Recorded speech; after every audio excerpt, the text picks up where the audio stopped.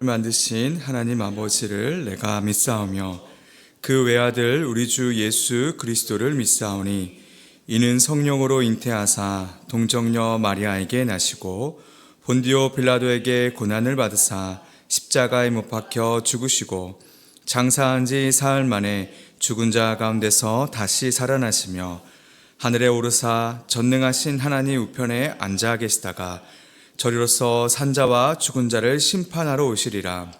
성령을 믿사오며 거룩한 공예와 성도가 서로 교통하는 것과 죄를 사하여 주시는 것과 몸이 다시 사는 것과 영원히 사는 것을 믿사옵나이다. 아멘. 우리 찬송가 96장 예수님은 누구신가 찬양하도록 하겠습니다.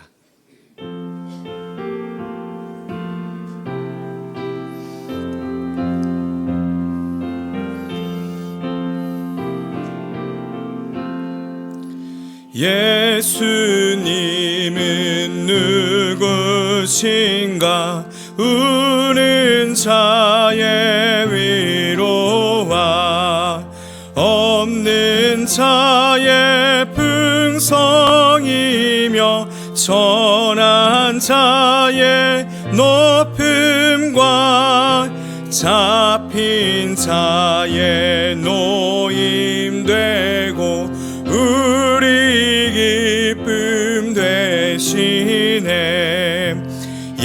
예수님은 누구신가 약한 자의 강함과 눈먼 자의 빛이시며 병든 자의 고침과 죽은 자의 부활되고 우리 생명 되시네. 예수님은 누구신가 주한 자의 정함과 죽을 자의 생명이며 죄인들의 중보와 멸망자의 구원되고 우리 평화 되시네. 예수님은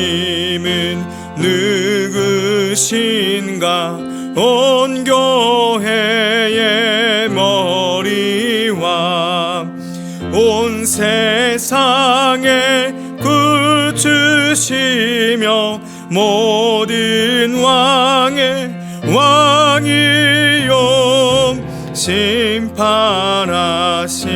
주님 되고 우리 영광 되시네. 아멘. 오늘 함께 살펴볼 말씀은 디모데후서 2장 8절에서 13절까지 말씀입니다. 디모데후서 2장 8절에서 13절까지 말씀, 우리 교독에서 주님의 말씀을 받겠습니다. 내가 전한 복음대로 다윗의 씨로 죽은 자 가운데서 다시 살아나신 예수 그리스도를 기억하라. 말미암아 내가 죄인과 같이 매이는 데까지 고난을 받았으나 하나님의 말씀은 매이지 아니하니라. 그러므로 내가 택함 받은 자들을 위하여 모든 것을 참음은 그들도 그리스도 예수 안에는 구원을 영원한 영광과 함께 받게 하려 함이라. 미쁘다 이 말이요 우리가 주와 함께 죽었으면 또한 함께 살 것이요 참으면 또한 함께 왕노릇 할 것이요 우리가 주를 부인하면 주도 우리를 부인하실 것이라. 우리는 미쁨이 없을지라도 주는 항상 미쁘시니 자기를 부인할 수 없으시리라. 아멘. 하나님께서는 바울을 통해 디모데와 우리들에게 예수 그리스도의 좋은 병사로 복음을 위한 고난을 받으라고 명령을 합니다. 의를 위하여 박해를 받은 자는 하나님의 나라를 소유할 수 있게 됩니다. 세상 안에 살아가지만 세상에 속하지 않은 신자에게는 자연스럽게 따라오는 고난이 있고, 이 고난을 기뻐할 수 있는 이유는 고난을 견디면 하나님의 나라를 소유할 수 있기 때문입니다. 그 나라는 죽어서도 가지만 이 땅에서 발을 디디며 살 때에도 누리며 살아갈 수 있습니다. 이러한 진리에 비추어 볼 때 우리가 무엇을 소유했느냐보다 어디에 소속되었느냐가 우리 인생에서 더 중요하다는 말이죠. 아무리 돈이 많을지라도 그리스도에게 속해 있지 않으면 하나님 나라의 그 참 평안과 안식을 누릴 수 없습니다. 그러나 돈이 없고 조금 부족할지라도 그리스도에게 속해 있으면 하나님 나라의 그 샬롬을 소유할 수 있습니다. 그 나라를 소유하고 누리기 위해서는 우리는 그리스도의 좋은 병사로서 이 땅에서 또 싸워 나가야 합니다. 이것이 믿음의 선한 싸움이며 이미 우리에게 주어진 그 영생을 붙잡으며 걸어가는 신자의 삶인 것이죠. 오늘 본문에서 바울은 자신이 그렇게 살아가고 있음을 이야기합니다. 다메섹 도상에서 예수 그리스도를 만나고 자신에게 그리고 하나님에게 던진 수많은 질문들의 답을 얻었고 그 답을 기억하며 믿음의 선한 싸움을 싸우며 걸어가는 자신에 대해서 고백합니다. 그 경험을 통해 디모데와 우리에게 사랑으로 또 권면하고 있는 것이죠. 먼저 8절의 말씀을 다시 한번 보겠습니다. 내가 전한 복음대로 다윗의 시로 죽은 자 가운데서 다시 살아나신 예수 그리스도를 기억하라. 우리는 살아가면서 참 많은 질문을 던집니다.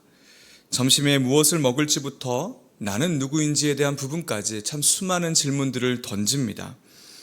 물론 직접적으로 무언가를 질문하지 않았다고 느낄 수도 있지만 사람은 자연스럽게 의식적으로 항상 질문하며 답을 찾으며 선택을 합니다. 그래서 인생에서 어떤 질문을 하느냐가 매우 중요합니다. 질문함과 동시에 우리는 답을 얻고자 그 질문을 따라 인생을 살아갑니다.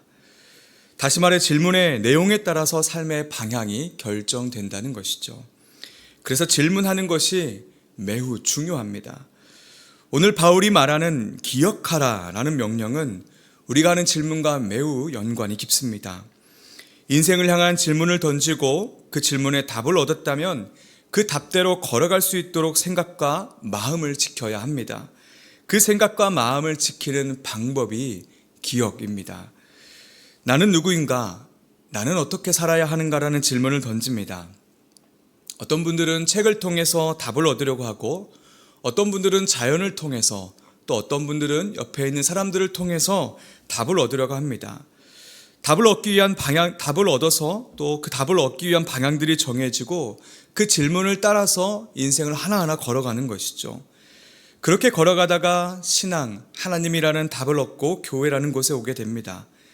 질문이 삶의 방향을 결정하고 이끈 것이죠. 이제 하나님께서는 그 질문에 답을 주십니다.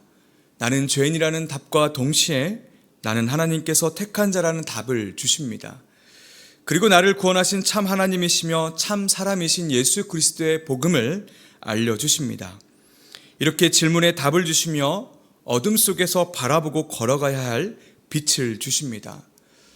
깜깜한 동굴 속에 갇혀 있다고 생각해 보십시오. 동굴 속에서 빛이 보인다면 걸어갈 방향과 목표가 우리에게 확인된 것입니다. 그 답을, 그 빛을 쫓아 살아가는 것이죠. 그런데 안타깝게도 사람은 늘 망각하기가 쉽습니다. 잘 까먹죠. 그래서 삶의 방향이 흔들흔들해집니다. 이러한 이유로 늘 기억하기를 힘쓰는 것이 우리 인생에서 매우 중요합니다. 하나님께서는 이런 우리들의 모습을 너무나도 잘 알고 계십니다. 그래서 오늘 바울을 통해 또 이렇게 말씀하시는 것이죠. 다윗의 시로 죽은 자 가운데서 다시 살아나신 예수 그리스도를 기억하라. 주님을 기억한다는 것은 막연하게 떠오르고 그냥 생각한다는 의미가 아닙니다. 우리가 발견한 그 빛을 제대로 쫓아 걸어갈 수 있도록 흔들리지 않도록 함으로 우리에게 주어진 그 영생의 복을 이 땅에서 누리기 위한 방법인 것이죠. 그러니 우리는 마음을 다하고 힘을 다하고 뜻을 다해서 우리의 전 인격의 주님을 기억하기를 힘써야 합니다. 그리스도의 좋은 병사로 끝까지 걸어가기 위한 방법인 것이죠. 고난 속에 있을 때마다 바울이 붙잡았던 기억이 무엇이겠습니까? 다메섹 도상에서 만난 그 주님, 말씀 가운데 만난 주님, 선교 현장 속에서 만난 주님에 대한 기억일 것입니다. 그리고 바울은 지금 자신이 처한 현실 속에서도 한 기억을 끄집어냅니다.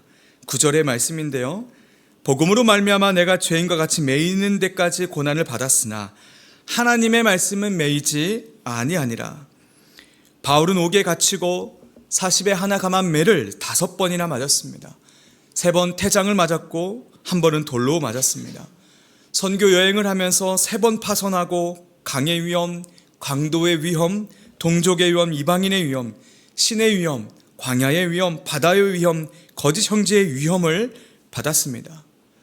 그래도 멈추지 않은 것이 하나 있죠. 복음은 계속 진전했습니다. 하나님의 말씀은 매이지 않았습니다. 그리스도의 좋은 병사로 걸어갈 때 우리는 고난을 받습니다. 그 고난 때문에 내가 멈추게 될 때가 있죠. 그러나 우리가 뿌린 복음의 씨는 절대로 멈추지 않습니다. 고난 때문에 모든 사역과 봉사가 멈추는 일이 있어도 하나님의 말씀은 매이지 않습니다. 심지어 바울처럼 감옥에 갇혀서 우리가 멈추는 것도 하나의 씨가 되어서 복음은 끝까지 진전합니다. 바울은 이것을 기억한 것이죠. 예수 그리스도가 십자가에 죽으시고 부활하심으로 죽음의 권세는 더 이상 힘을 발휘할 수 없습니다. 요한계시록의 문맥에서 보면 사탄 하늘에서 땅으로 떨어졌습니다. 물론 지금도 이 땅에서 마지막 발악을 하고 있지만 땅에 떨어진 사탄은 더 이상 복음의 진전을 막을 수 없습니다. 복음은 항상 앞으로 나아갑니다. 그러니 결코 멈추지 않으니 우리도 포기하지 말라고 바울을 통해서 우리에게 말씀해 주시는 것이죠. 바울은 이 영적 원리를 그 누구보다도 잘 알고 있기에 10절에 이렇게 또 권면합니다. 그러므로 내가 택함 받은 자들을 위하여 모든 것을 참음은 그들도 그리스도 예수 안에는 구원을 영원한 영광과 함께 받게 하며 함이라.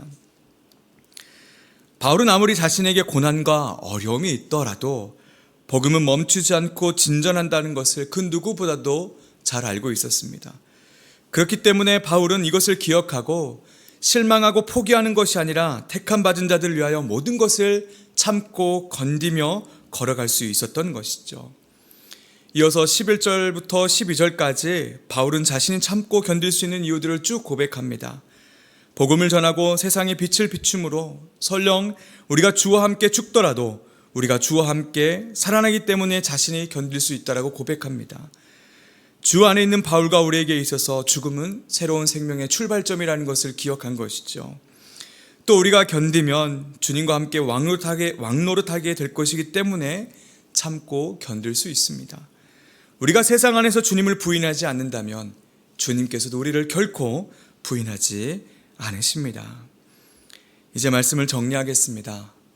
사랑하는 성도 여러분, 예수 그리스도를 기억하십시오. 우리 인생에 주신 답들을 붙잡고 걸어갈 수 있도록 기억하는데 오늘도 기도하면서 힘쓰십시오. 그리고 복음의 진전은 결코 멈추지 않기에 우리도 일상의 자리에서 결코 포기하지 마십시오. 설령 고난이 와서 그 상황과 환경에 매이더라도 견디십시오. 그 상황을 통해서 반드시 복음이 앞으로 진전하고 그 복음이 우리의 삶을 이끌어 줄 것입니다. 혹시라도 내가 잘할 수 있을까? 내가 가슴에 다시 새기고 걷기도 전에 염려가 되시는 분들이 계십니까? 오늘 마지막 구절이죠. 13절의 말씀을 한번 세 번역으로 다시 한번 읽어보겠습니다. 시작. 우리는 신실하지 못하더라도 언제나 신실하십니다. 그분은 자기를 부인할 수 없으시기 때문입니다. 비록 우리가 신실하지 못해서 넘어질지라도 우리를 붙잡고 계시는 주님은 언제나 변함없이 신실하십니다. 충성되십니다. 그분의 신실하심을 바라보며 염려하지 마시고 한 발짝 그 한 걸음을 떼십시오. 그렇게 하루하루 그리스도의 좋은 병사로 살아가는 저와 여러분이 되기를 주님의 이름으로 축원합니다. 이 시간 우리 주신 말씀을 따라서 함께 기도하겠습니다. 첫 번째 기도 제목은 참 사람이시며 참 하나님이신 예수 그리스도를 기억함으로 좌로나 우로나 치우치지 않고 그 나라를 향해 걸어가도록 도와주시옵소서. 두 번째로는 어려운 상황과 환경 속에 갇힐지라도 하나님의 일하심은 결코 멈추지 않음을 바라보고 믿음으로 이겨낼 수 있도록 우리를 인도해 달라고. 세 번째로는 오늘부터 진행되는 고등부 겨울 수련회를 위해서 이 겨울 수련회 모든 일정 가운데 하나님의 일하심과 은혜만이 남게 하시고 마치는 순간까지 안전하도록 지켜달라고 우리 세 가지 기도 제목을 놓고 잠깐 동안 기도하며 나가도록 하겠습니다. 하나님 감사합니다. 하나님, 우리가 인생에 참 수많은 질문들을 던졌고 그 질문의 답을 주님의 은혜로 우리 가운데 허락해 주셨음을 다시 한번 생각